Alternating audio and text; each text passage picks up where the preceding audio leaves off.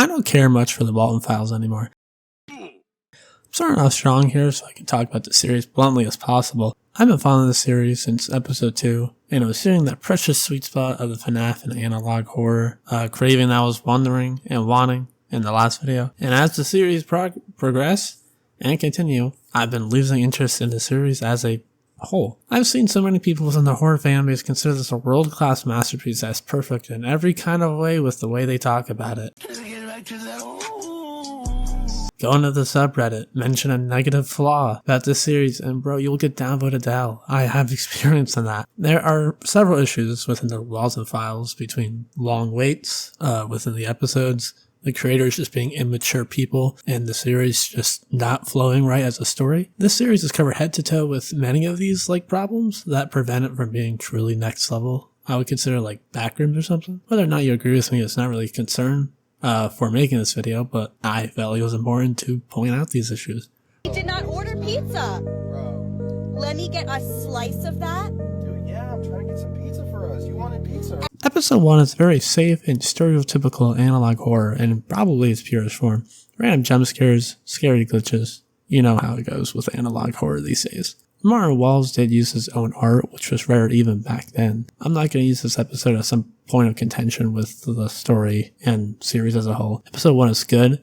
This series isn't atrocious or represents it. It illustrates a pretty clear-cut story with this first episode. Jack Walton is missing. Felix almost certainly has something to do with it, and poor Brian here got killed by the Bond animatronic. I'm almost certain that this series story has changed a good amount from where one started with episode 1. I think a lot of shit that happened in episode 1 and 2 very heavily indicates that Felix was the one that killed Jack, and that he is the reason he's missing. But they certainly kept the aspect of Felix doing something fucked up. That'll be explained in episode 3. I won't be pointing fingers and, like I said, dismantling about why this doesn't work. Because of the whole 2-season story, I'm almost positive that it was not all thought out fully from the first episode. But as a standalone piece of analog horror, has a couple cliche bits, but overall is nicely done and a pretty good time capsule of what analog horror was. In my opinion, episode 2 is very clearly the weakest of the series. Not much happens in the second 18-minute video because, oh my god, that's long. But apparently it's not long enough. I do think episode 3 is the best sidestep, mainly because the storytelling and general flow and style of that video. To put it bluntly, episode 2 is literally just a repeat, beat for beat, of episode 1. Introduction to the video is the PSA, random spooky jump scare moments that reveals hidden lore, and end the video with a documentary POV. I was willing to give episode 1 point since it was the first episode and Wall's first real step in analog horror, but the second episode didn't even try to innovate at all, other than having better drawing skills. Yeah, I'm not gonna lie, a lot of Walten scares in these episodes, even a couple times in the current episodes, are just childish, if I had to put it in a way. Spooky, scary, long, extended face, or a super loud and obnoxious jump scare that goes on for way too long and makes me just want to fast forward because this is hurting my ears.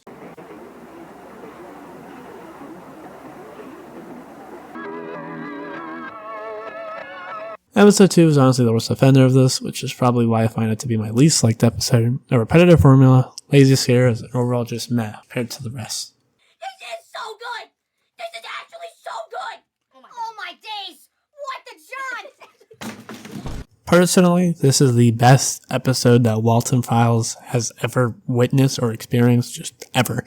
Sure, episode 4 is very nice, technically, full of animations or whatever, but as an overall aspect when it comes to story is what I mainly focus on when I look at a horror series. Episode 3 has done it the best and hasn't really reached this much of a peak since. There are a lot of things that make this episode really stand out in my eyes, but probably the best part about it was Showbear and the overall climax of this episode. Such a mysterious character that seemed somewhat genuinely helpful, I'm guessing. It's been like 4 years since guys appeared, so we don't know. But on top of that, the video game design / POV from the jump was a first for not just the series, but for analog horror as a whole. Not counting ARG, so, because that's just Minecraft, but I add a scary black man out of context. This episode is a real chunker, clocking in at almost an hour in length. This episode has a good amount of stuff. Some rehashing of stuff we already knew, some with some tidbits, with some subpar writing with how clunky Sophie sounds.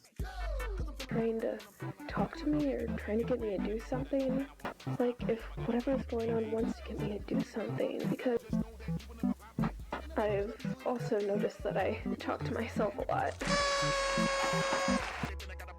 Just randomly narrating out loud. I know Jenny had to leave so Sophie could get to see some spooky stuff, but like it would have been interesting to see another person's like POV and reaction to all this. Would have made the story feel more grand and tense. But again, this episode is guilty of the random loud noise that scares you. Bozo and Sean's levels are the worst offenders of this. Missing 0714, missing 0714.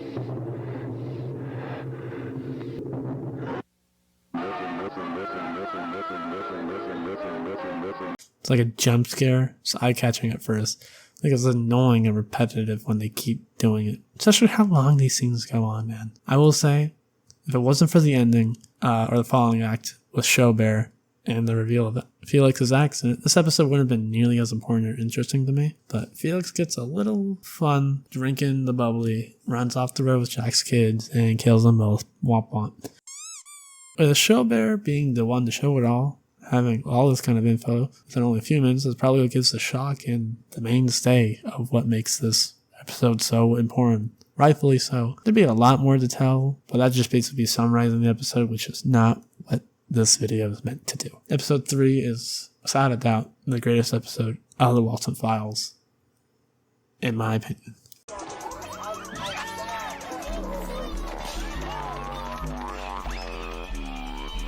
Episode 4 is kind of weird for me to judge since it has some really high highs that it's ultimately just surrounded by just so much mediocrity. One thing I personally cannot stand is when stories halt the progression of the story for a flashback. The Walten File did this for the whole goddamn episode, and apparently it's going to be what the rest of season 1 is about if memory serves. If not, then we'll see, but I'm not that excited because the current story is progressing at all until season 1 is finished, which at this rate is going to be 4 to 5 years from episode 3, which is just ridiculous. But that doesn't say the story is bad. The writing and stuff here is fine. Like 90% of the stuff is just random banter or flashbacks, like recapping Susan's death for the 3rd fucking time, which here I will say is justified since it's fully animated and gets the people in the audience being like, whoa, characters are full on moving. Like this is like legitimate animation.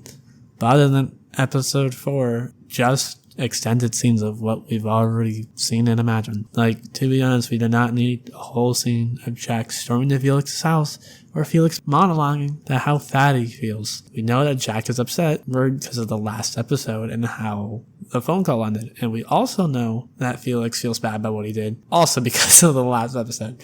Hell, even earlier in episode 4, there's a whole scene dedicated to Felix nearly game-ending himself for what he did. Scenes and moments like this aren't needed. Sure, they're neat, but considering how limited this series is supposedly going to be, it only serves to put time and effort away from progressing the story, the main thing that the story should be focusing on in a meaningful way, and just repeats info we've already learned. But it's animated this time, so it's justified, I guess. Which, to be fair, is what makes episode 4 stand out, is because it's an introduction animation. Like, it really is a big step forward. So that is why I'm not saying this is the worst. If it was just like repeated what we got here, then I would have just called this trash. But if it wasn't for the animation, I'm a sucker for animation, so I have a bit of a loose spot for this. On top of that, the ending to the episode is also what makes this the second best in my opinion. It's only like 3 minutes, but the confirmation of Wonderland and the quote-unquote Bond is what I've heard people say. The white guy instead of the scary black guy. But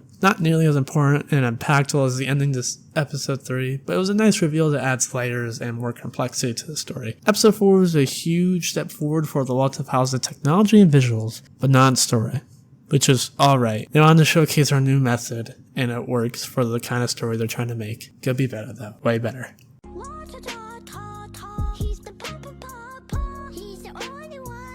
There are a lot of issues with this series. I would argue the first 3 episodes with Booze's ghost and the Mysterious House were perfect. Like, that could have been the end of the Walten Files, and Walls could have went on to make another series, and I would have not complained. Maybe a few tidbits like the pills and stuff could get removed, but it was a generally open and shut case with a little bit of ambiguity, but more or less, the ending was just fine. But it's clear these guys have too much ambition for their own talent and limitations. Like, having release dates be so sporadic is already bad enough as is.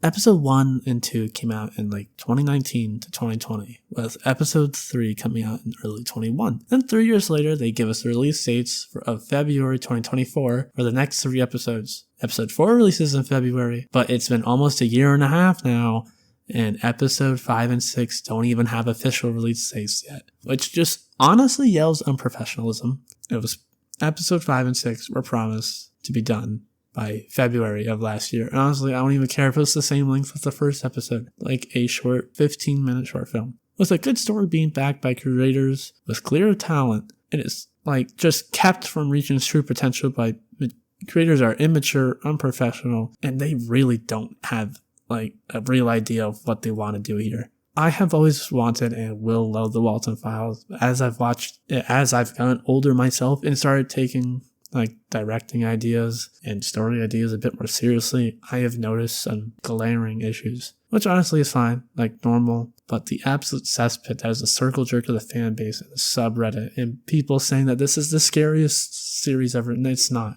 It's not. Like, if you're over the age of like 15 and have a job in a car, it's like nothing more than a shock for like 5 seconds. Let's be honest here. I just really felt the need to air this out, write it out, and speak it out. Walten Files is far from garbage. Again, I'm not saying this series is the worst thing ever made, but the issues that this series is covered with have gotten too much for me and other people to just ignore, just blindly, because nothing is perfect, and this is certainly not an exception.